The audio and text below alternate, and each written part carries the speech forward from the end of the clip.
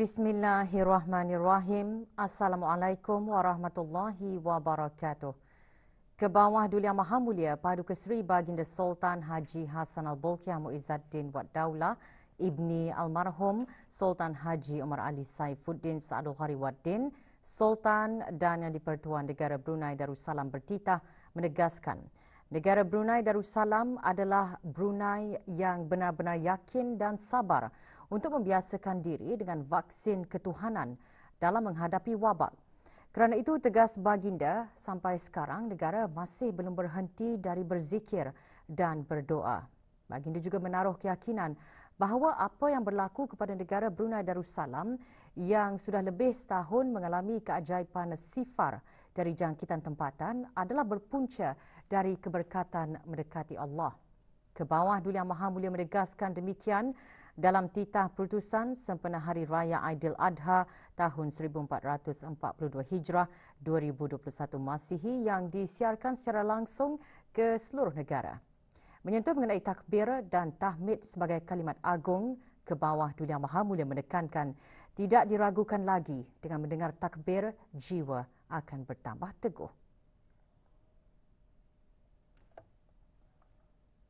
Maka oleh itu, dalam keadaan sekarang, takbir dan tahmid serta lain-lain zikir adalah mustahak untuk dijadikan pakaian supaya jiwa kita tetap tabah dan sabar menghadapi apa jua keadaan dan ujian.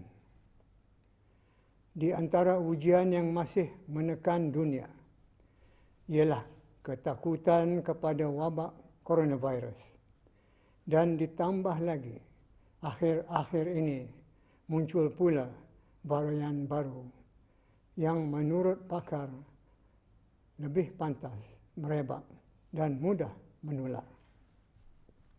Oleh itu, belumlah sampai masanya untuk kita berlonggar-longgar dengan situasi hari ini. Tetapi masih sahaja perlu untuk terus berhati-hati dengan mematuhi protokol kesihatan di samping konsisten mengamalkan vaksin ketuhanan selaku perisai diri. Dari pengamatan dan pengalaman, penggunaan vaksin ketuhanan sangatlah memberangsangkan dengan Brunei. Sudah lebih setahun mengalami keajaiban sifar dari jangkitan tempatan. Ke bawah Duli Yang Maha Mulia dalam titah menggariskan perlunya amalan beragama khusus di zaman pancaroba ini. Beta menaruh keyakinan bahawa apa yang berlaku kepada Brunei Darussalam adalah berpunca dari keberkatan mendekati Allah. Apa sahaja masalah atau musibah, kita tetap akan merujuknya kepada Allah melalui doa dan zikir, memohonkan kelepasan. Inilah makanya rahmat pun turun kepada Brunei, menjadikannya sebuah negara yang selamat. Khusus di zaman pancaroba ini, amalan-amalan beragama sangatlah diperlukan. Namun bukan semua orang nampak pendekatan ini. Bagi mereka yang nampak akan beruntung, sementara yang tidak nampak akan kekal dalam kerugian. Titah Baginda juga menekankan pentingnya membiasakan diri dengan zikir dan doa. Kita di Brunei tidak mahu berada dalam kerugian. Kerana itulah, dalam menghadapi wabak, kita dari awal-awal lagi sudah membiasakan diri dengan zikir dan doa. Membiasakan diri dengan vaksin ketuhanan ini adalah ia tuntutan agama. Ia perlu dibuat dengan yakin dan sabar. Mengapa dengan yakin dan sabar? Kerana kalau tidak yakin dan sabar, orang tidak akan melakukannya, walaupun zikir dan doa itu perkara mudah. Tetapi alhamdulillah, Brunei kita adalah Brunei yang benar-benar yakin dan sabar. Kerana itulah sampai sekarang kita masih belum berhenti dari berzikir dan berdoa. Kebawah Duli Yang Maha Mulia juga bertitah yakin dan sabar ketika berhadapan dengan ujian adalah pakaian Nabi-Nabi dan orang-orang saleh. Lalu kerana yakin dan sabarlah Nabi Ibrahim AS sanggup melaksanakan perintah Allah untuk menyembelih putra baginda Nabi Ismail. Ini adalah tahap tertinggi contoh orang yakin dan sabar ketika berhadapan dengan ujian. Akhirnya, beta dan keluarga beta ingin mengambil peluang di sini untuk mengucapkan selamat Hari Raya Aidil Adha kepada semua lapisan rakyat dan penduduk yang beragama Islam. Semoga sekalian kita akan terus berada dalam perlindungan dan pemeliharaan Allah Subhanahu wa taala. Amin. Seperti negara-negara lain di seluruh dunia, negara Brunei Darussalam meraihkan sambutan Hari Raya Aidil Adha dengan laungan takbir raya dan tahmid. Sambutan bermula dengan sembahyang sunat Hari Raya Aidil Adha di semua masjid, surau, balai ibadat seluruh negara.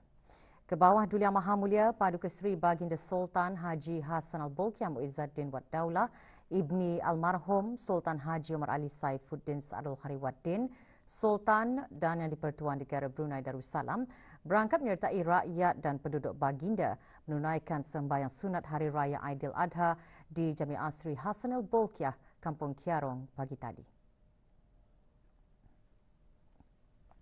Keberangkatan ke bawah Duli Yang Maha Mulia dijunjung oleh Yang Amat Mulia Pengiran Indra Setia Diraja Sahibul Karib, Pengiran Anak Haji Idris bin Pengiran Maharaja Lela, Pengiran Muda Abdul Kahar yang di-Pertua Adat Istiadat Negara. Yang berhormat Bihin Udana Khatib Datuk Paduka Seri Setia Ustaz Haji Awang Badaruddin bin Pengarah Datuk Paduka Haji Awang Osman, Menteri Hal Ehwal Agama. Yang berhormat Bihin Orang Kaya Seri Kerna Datuk Seri Setia Dr. Haji Awang Abu Bakar bin Haji Apong, Menteri Hal Ehwal Dalam Negeri. Yang berhormat Datuk Seri Setia Dr. Haji Muhammad Isham bin Haji Jaafar, Menteri Kesihatan. Yang berhormat Datuk Seri Setia Haji Awang Abdul Mufti bin Haji Muhammad Daud, Menteri di Jabatan Perdana Menteri. Yang berhormat Major Jeneral Besara Datuk Paduka Seri Awang Haji Aminuddin Ehsan bin Pehin Orang Kaya Saful Muluk, Datuk Seri Paduka Haji Abidin, Menteri Kebudayaan Belia dan Sukan. Pengiran Datuk Seri Paduka Haji Bahrum bin Pengiran Haji Bahar, Timbalan Menteri Hal Ehwal Agama, serta ahli-ahli jawatan kuasa tertinggi majlis. Bismillahirrahmanirrahim. Alhamdulillahi Rabbil Alamin. Ar-Rahmanirrahim. Allahu Akbar.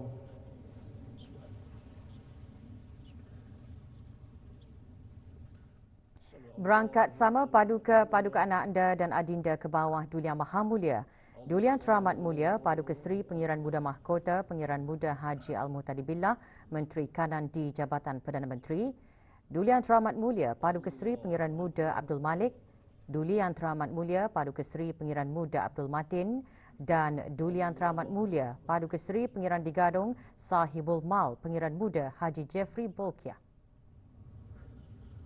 Allahu Akbar. Allahu Akbar. Sembahyang sunat Hari Raya Aidil Adha diimamkan oleh Yang Berhormat Pihin Orang Kaya Paduka Seri Utama Datuk Paduka Seri Setia Haji Awang Salim bin Haji Besar. Allahu Akbar. الله أكبر.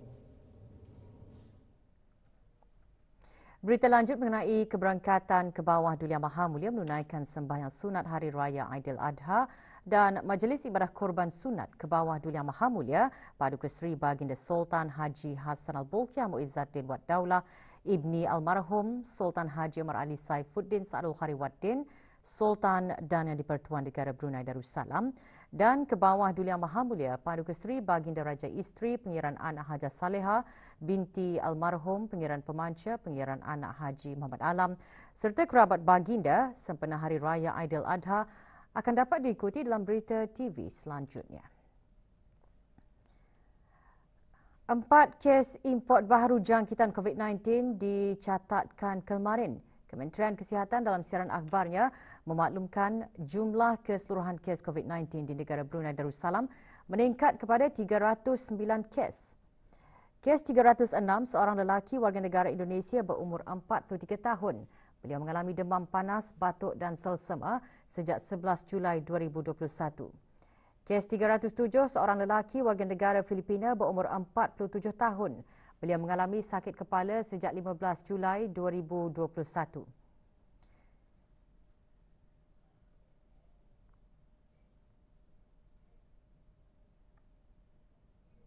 Kes 308, seorang lelaki warga negara Filipina berumur 35 tahun. Beliau mengalami demam flu, batuk, selsema dan cirit beret sejak 18 Julai 2021. Kes 306 hingga 308 tiba ke negara ini dari Singapura melalui kapal laut pada 9 Julai dan pengesanan kontak mendapati 15 kontak terdekat bagi kes-kes ini.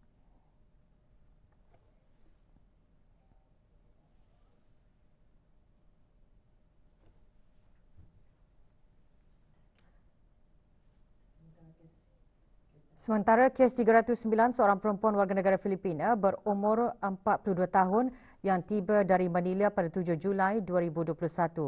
Beliau tidak mengalami sebarang tanda-tanda jangkitan.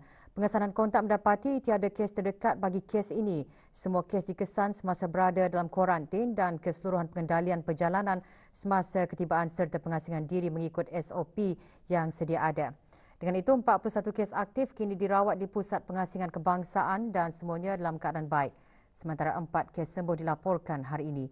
Kes terakhir jangkitan tempatan COVID-19 dilaporkan pada 6 Mei 2020, manakala jumlah kes import sejak kes jangkitan terakhir tempatan dilaporkan sebanyak 168 kes. 269 ujian virus SARS-CoV-2 telah dilaksanakan menjadikan jumlah keseluruhan ujian makmal dijalankan sejak Januari 2020, 148,578 ujian. Sementara itu, Kementerian Kesihatan dalam siaran akhbarnya juga memaklumkan mengenai status vaksinasi COVID-19 yang dilaksanakan di negara ini pada 19 Julai 2021 seramai 3,681 orang. Jumlah penduduk yang menerima sekurang-kurangnya 1 dos vaksin seramai 113,703 orang, manakala jumlah penduduk yang telah menerima 2 dos vaksin seramai 20,802 orang dan warga emas yang menerima sekurang-kurangnya 1 dos vaksin seramai 19,073 orang.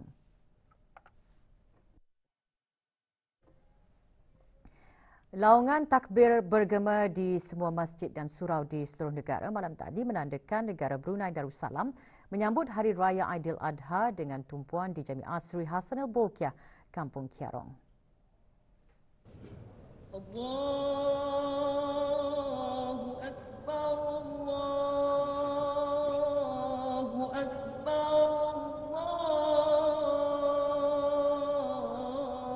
Majlis bermula dengan bacaan surah Al-Fatihah dipimpin oleh Yang Berhormat Pehin Udana Khatib Datuk Paduka Seri Setia Ustaz Haji Awang Badaruddin bin Pengarah Datuk Paduka Haji Awang Osman, Menteri Hal Ehwal Ugama.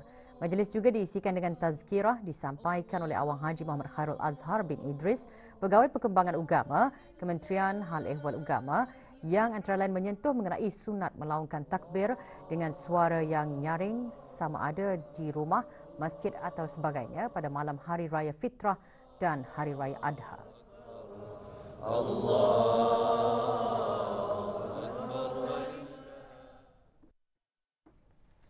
Pertumbuhan keluaran dalam negara kasar KDNK negara Brunei Darussalam pada suku pertama 2021 menurun 1.4% tahun ke tahun. Ia disebabkan oleh penurunan dalam sektor minyak dan gas 5.3%. Bagaimanapun, sektor bukan minyak dan gas mencatatkan peningkatan 3.1%. Jumlah KDNK negara Brunei Darussalam pada harga semasa RM4.2 bilion berbanding RM4.6 bilion pada suku pertama 2020. Sektor minyak dan gas merangkumi aktiviti pelombongan minyak dan gas dan pembuatan gas asli cecar LNG dengan sumbangan sebanyak 47% kepada jumlah nilai tambah kasar GVA. Sementara itu, sektor bukan minyak dan gas termasuk aktiviti hiliran seperti pembuatan produk petroleum dan kimia menyumbang 53%. Penurunan dalam sektor minyak dan gas disebabkan oleh penurunan pengeluaran minyak mentah daripada 116.3 ribu tong sehari pada suku pertama 2020 kepada 114.9 ribu tong sehari suku pertama 2021. Pengeluaran gas asli juga menurun 34.8 juta meter padu sehari pada suku pertama 2020 kepada 32.6 juta meter padu sehari suku pertama 2021. Selain itu, pengeluaran LNG turut mencatatkan penurunan daripada 1,1,466 MMBTU sehari kepada 886,868 MMBTU sehari pada tempoh masa yang sama. Penurunan pengeluaran minyak mentah dan gas disebabkan penutupan tidak berjadual di pelantar luar pantai.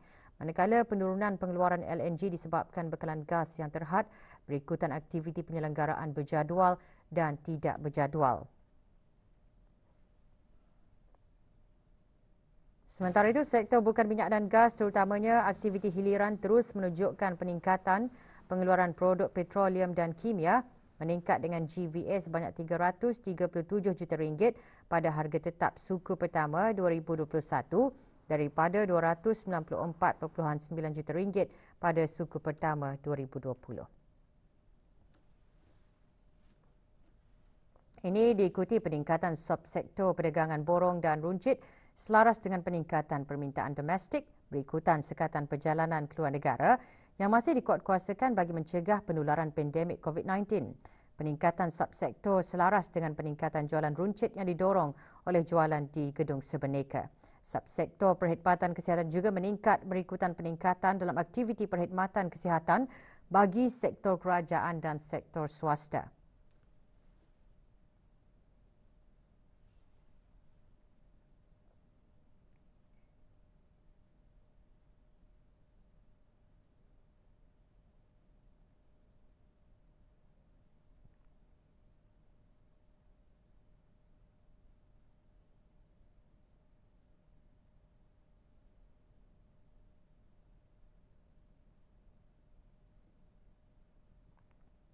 Sektor pertanian, perhutanan dan perikanan juga mencatatkan kenaikan 21.5% pada suku pertama tahun ini berikutan peningkatan pengeluaran subsektor perikanan dan ternakan. Peningkatan penghasilan industri perikanan disebabkan peningkatan penghasilan sektor penangkapan ikan dan akuakultur.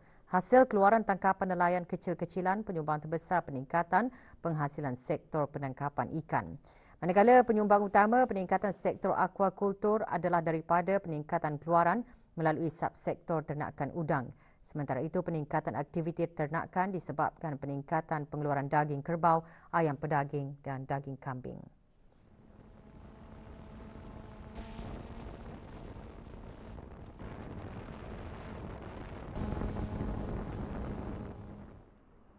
Mengikut pendekatan perbelanjaan, penurunan KDNK disebabkan penurunan permintaan luar iaitu ekspor barangan dan perkhidmatan sebanyak 4.3% tahun ke tahun. Permintaan dalam negeri juga mencatatkan penurunan disebabkan penurunan perbelanjaan penggunaan akhir kerajaan 9.8% dan penurunan perbelanjaan kapital 5.7%. Walau bagaimanapun, penurunan diimbangi oleh peningkatan pada perbelanjaan penggunaan akhir isi rumah 9.6%. Laporan penuh KDNK suku pertama tahun ini boleh didapati di laman sesawang www.deps.gov.pn.